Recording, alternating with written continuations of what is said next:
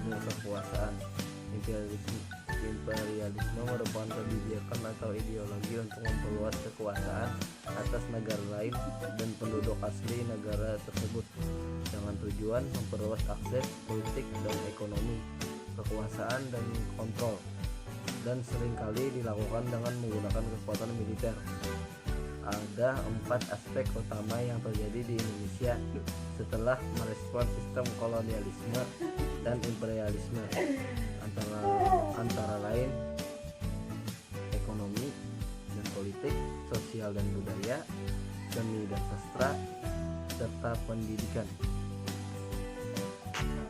Satu, aspek ekonomi dan politik. Bangsa Indonesia pada masa kolonialisme dan imperialisme dirugikan dalam bidang dan politik.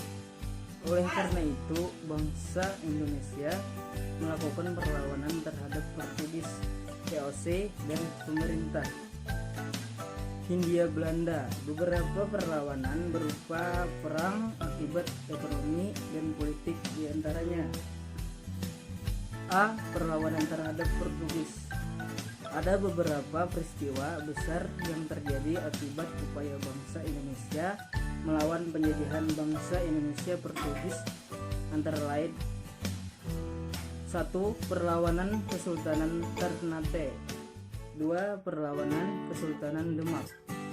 3. Perlawanan Kesultanan Aceh. B. Perlawanan terhadap VOC. Ada beberapa peristiwa penting yang terjadi sebagai upaya bangsa Indonesia melawan penjajahan VOC, antara lain: 1.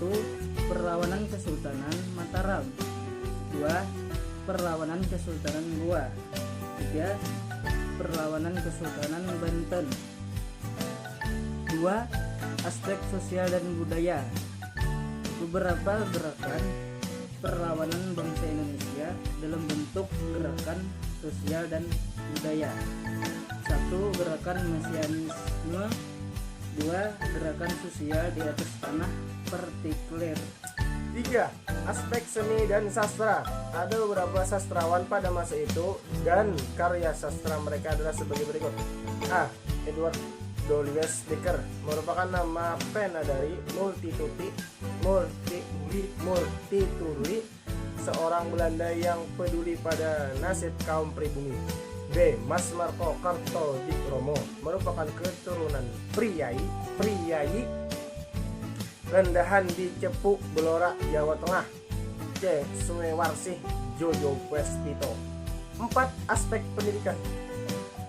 2 di antara sekolah swasta yang dibangun pada masa itu adalah Indes Netherlands School Kayu Tanam, didirikan di Kayu Tanam, Padang pada tanggal 31 Oktober 1926 oleh Muhammad Syafi'i.